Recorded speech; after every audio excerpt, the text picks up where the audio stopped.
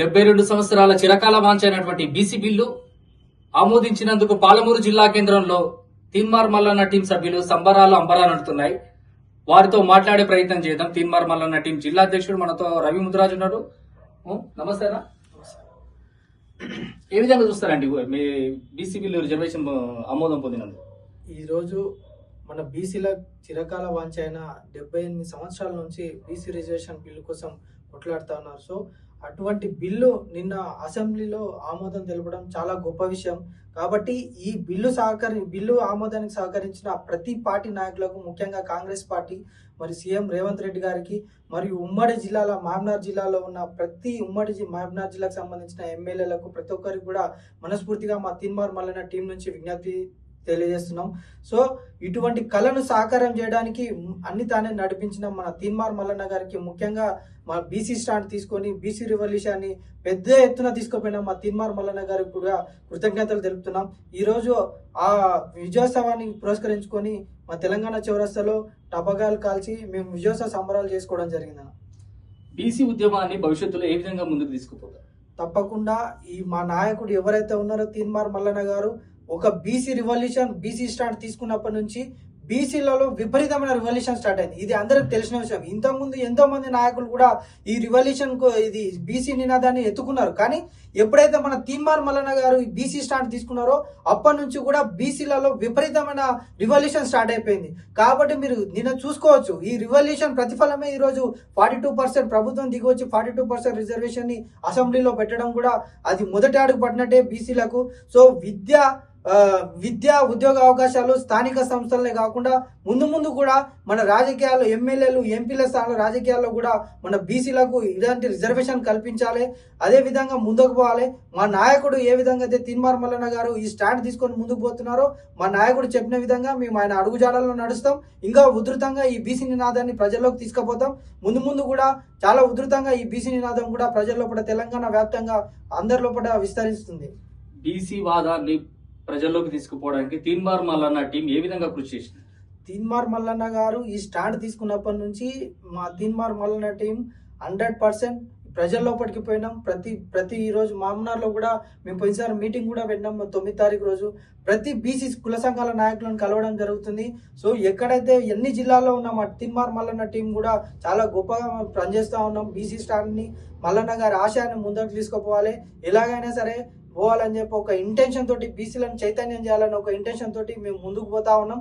అదే విధంగా మా మల్లన్న గారు నాయకుడు ఎలా చెప్తే ఆ విధంగా ముందుకు పోయి ఇంకా ఉధృతం చేస్తాం ఈ ఉద్యమాన్ని. స్థానిక ఎన్నికల్లో బీసీ వాదాన్ని బలంగా ఏ విధంగా తీసుకోపోతారు? స్థానిక ఎలక్షన్లలో కూడా మీకు ఇప్పుడు అర్థం చేసుకోవచ్చు. సో స్థానిక ఎలక్షన్లు ముందు నుంచే బీసీ స్టార్ట్ అయినప్పటి నుంచి అర్థం చేసుకోవచ్చు. మల్లన్న గారు ఎప్పుడైతే ఈ బీసీ స్టాండ్ తీసుకున్నాడో దానికి ఉద్దేశంగానే ఈరోజు ప్రభుత్వం కూడా 42% రిజర్వేషన్ స్థానిక సంస్థల్లో కల్పించిందంటే మొదటి అడుగు బీసీలది ఆ రోజు పడిపోయిందని మీరు అర్థం చేసుకోవచ్చు. కాబట్టి 42% రిజర్వేషన్ ఈరోజు బీసీ స్టాండ్ తీసుకున్నారు. కాబట్టి ఇప్పుడు జరగబోయే ఎలక్షన్లో కూడా 42% రిజర్వేషన్ ఖచ్చితంగా బీసీల తరఫున ఉంటుంది. కాబట్టి మిగతా ఒకటి పార్లమెంట్లో ఆమోదించేది ఉంది. పార్లమెంట్లో కూడా మన అందరి ఎంపీలు కూడా సమిష్టిగా మా బీసీ బిల్లు బీసీ బిల్ ప్రవేశపెట్టడంలో సహకరించాలని చెప్పి మేము విజ్ఞప్తి చేస్తాం. భవిష్యత్తులో బీసీ రాజ్యాధికార సమితిని బీసీ రాజ్యాధికారం సాధించబోతున్నారా? 100% ఇప్పటికే మేము ఒక తొలి అడుగు ముందలకు పడింది. సో ఉద్యోగ అవకాశాల్లో విద్యార్థులకు జరిగిన అన్యాయాలపైన బీసీ స్టాండ్ ఈరోజు బీసీలకు జరిగిన అన్యాయాలపై ఈరోజు గలం విప్పుతున్నాడు మా తీన్మార్ మల్లన్న. సో దానికి నిదర్శనంగా ఈరోజు నిన్న అసెంబ్లీలో మన బీసీ బిల్లు ప్రవేశపెట్టడం జరిగింది. అదేవిధంగా ఇప్పుడు మా స్టాండ్ కూడా ముందు అట్లే. తీన్మార్ మల్లన్న ఒక అవకాశవాది అని ప్రతిపక్ష పార్టీలు, తర్వాత బీసీ సంఘాలు ఆ విధంగా ఆరోపిస్తున్నాయి. మీరు ఏ విధంగా వాటిని తిప్పికొడుతున్నారు? వాళ్ళు అనేటోళ్ళు అంటనే ఉంటారన్న. బీసీ స్టాండ్ తీసుకున్నప్పటి నుంచి తీన్మార్ మల్లన్న ఇంతకుముందు ఏ నాయకులు ఉన్నారు, ఎంతమంది నాయకులు తీసుకున్నారు? తర్వాత బీసీ సంఘాలు ఆ విధంగా ఆరోపిస్తున్నాయి. మీరు ఏ విధంగా వాటిని తిప్పికొడుతున్నారు? వాళ్ళు అనేటోళ్ళు అంటనే ఉంటారన్న. బీసీ స్టాండ్ తీసుకున్నప్పటి నుంచి తీన్మార్ మల్లన్న ఇంతకుముందు ఏ నాయకులు ఉన్నారు, ఎంతమంది నాయకులు తీసుకున్నారు? కానీ ఇంత ఉద్యమం ఎప్పుడైనా స్టార్ట్ అయిందా? తీన్మార్ మల్లన్న గారు తీసుకున్నప్పటి నుంచే కదా ఈ ఉద్యమం, ఈ రివల్యూషన్ స్టార్ట్ అయింది.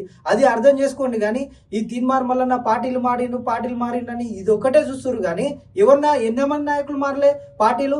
రేవంత్ రెడ్డి గారు మాట్లాడి మారిండు పార్టీలు, మిగతా ఎంతో మంది నాయకులు మారారు. వాళ్ళ గురించి మాట్లాడారు. ఒక రెడ్డిల పార్టీలు మారితే మాట్లాడని నాయకులు ఈరోజు తీన్మార్ మల్లన్న గురించి మాట్లాడడం ఏంది? ఒకసారి ఆలోచించుకోండి. ఈరోజు శాసన మండలిలో తీన్మార్ మల్లన్న మాట్లాడే సబ్జెక్ట్ ఒకసారి వినండి, మీకు తెలుస్తుంది. సో అటువంటి నాయకులు కదా మనకి ఈరోజు కావాల్సింది. అటువంటి సబ్జెక్ట్ ఉన్న నాయకులు కావాలి. తీన్మార్ మల్లన్న తోటి సబ్జెక్ట్ ఉంది. తీన్మార్ మల్లన్న లాంటి వ్యక్తి ఈరోజు ప్రజలకు సేవ చేశారని ప్రజలు కూడా నమ్ముతున్నారు. సో అటువంటి నాయకుడు పార్టీలు మారిందనే ఉద్దేశంతో మీరు మాట్లాడడం అది తప్పు. కాబట్టి మన బీసీలతో వచ్చిన ప్రాబ్లం ఇదే. తీన్మార్ మల్లన్న లాంటి నాయకుడు ఈరోజు మనం ముందరకు పోతున్న అటువంటి నాయకుడిని మనం కాపాడుకోవాలి. తీన్మార్ మల్లన్న లాంటి నాయకుడిని మనం ముందర నడిపించుకోవాలని చెప్పి మేము విజ్ఞప్తి చేస్తున్నాం. భవిష్యత్తులో తీన్మార్ మల్లన్న గారికి బీసీ సంఘాలు ఏ విధంగా సపోర్ట్ చేయబోతుంది? 100% బీసీ సంఘాలు అన్ని కూడా ఈరోజు తీన్మార్ మల్లన్న తీసుకున్న బీసీ నినాదాన్ని ఉవ్వెత్తున ప్రజల్లోకి తీసుకుపోతున్నారు. అన్ని సంఘ నాయకులు కూడా ఈరోజు బీసీ జేఏసీ ఫామ్ చేసుకొని ప్రతి ఒక్కరు కూడా అన్ని కుల సంఘ నాయకులు కూడా ముందరకు పోయి తను అన్ని చేస్తా ఉన్నారు. కార్యక్రమాలు బీసీలను చైతన్యం చేస్తున్నారు. కాబట్టి ఇంకా ముందు కూడా బీసీ జేఏసీలు కమిటీలు అన్ని జిల్లాల్లో తెలంగాణ వ్యాప్తంగా ఈ బీసీల గురించి ప్రత్యేకమైన కమిటీలు కూడా ఏర్పాటు చేస్తున్నారు. సో ఇంకా ఉధృతంగా జనాల్లో పడిపోతుంది. అన్ని కుల సంఘాల నాయకులను ఏకం చేసుకొని ఈ ఉద్యమం ఇంకా విస్తృతంగా మన తెలంగాణ వ్యాప్తంగా మన తీన్మార్ మల్లన్న గారి నాయకత్వంలో ఉవ్వెత్తున ఇంకా ముందుకు పోతుంది. బీసీలు అంటే ఉద్యమాలైనా లేకపోతే పార్లమెంట్ అసెంబ్లీలేనా? బీసీలు అంటే ఇంతకుముందు ఉద్యమాలకు ఓట్లకే పనికొస్తుంటిమి. సో ఈరోజు మా తీన్మార్ మల్లన్న గారు ఎవరైతే ఉన్నారో, తీన్మార్ మల్లన్న లాంటి నాయకుడు ఈరోజు మా బీసీల తరఫు నుండి బీసీలకు జరిగిన అన్యాయాల గురించి, బీసీలకు ఏ విధంగా వాళ్ళు నష్టపోతున్నాం, బీసీలకు జరిగిన రాజకీయ పరంగా జరిగిన అన్యాయాల గురించి ఈరోజు అందరికి తెలియజేస్తా ఉన్నాడు.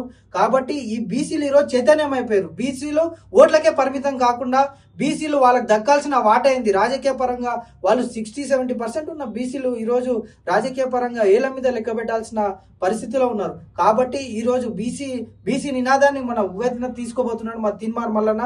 కాబట్టి బీసీలో ఇంకా రాజకీయ పరంగా అసెంబ్లీలో ఇంకా ఈ ఎంపీ స్థానాలు కూడా మన బీసీలకు ఇంకా ముందు కూడా ఎక్కువ వచ్చి దక్కే ఛాన్సెస్ ఉన్నాయి. కాబట్టి ఈ బీసీ ఉద్యమానికి మీరు అనుకోవచ్చు, నిన్న జరిగిన అసెంబ్లీలో జరిగిన బిల్లే నిదర్శనం. అంటే బీసీ స్టాండ్ ఎప్పుడైతే స్టార్ట్ అయిందో నిన్న అసెంబ్లీలో బిల్లు ప్రవేశపెట్టడం జరిగింది.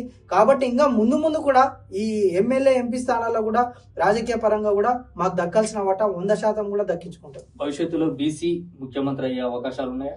100% భవిష్యత్తులో కాదు, వచ్చే 2028లో 100% బీసీ సీఎం అవుతారు. అన్ని పార్టీలకు కూడా తెలుసు. ఆల్రెడీ బీసీ నినాదం ముందుకు పోయింది. దీన్ని ఎవరు ఆపలేరు. తీన్మార్ మల్లన్న లాంటి నాయకుడు ఈరోజు మనం ముందులోనే నడిపిస్తున్నారు బీసీలని. కాబట్టి ఎట్టి పరిస్థితుల్లో కూడా 2028లో రాసి పెట్టుకోండి, 2028లో బీసీ సీఎం 100% బీసీ సీఎం అవుతాడు. ఇది మేము చెప్పదలుచుకున్నాం. లేటెస్ట్ న్యూస్ తెలుగు మరియు ఇంగ్లీష్ అప్డేట్స్ కోసం ఇప్పుడే క్యూన్యూస్ అఫీషియల్ యాప్ ని ప్లే స్టోర్ నుండి డౌన్లోడ్ చేసుకోండి. సరికొత్త సమాచారాల కోసం క్యూన్యూస్ వెబ్సైట్ ని ఫాలో అవ్వండి. ఛానల్లో ప్రాంతీయ, జాతీయ, అంతర్జాతీయ వార్తలు వీక్షించండి.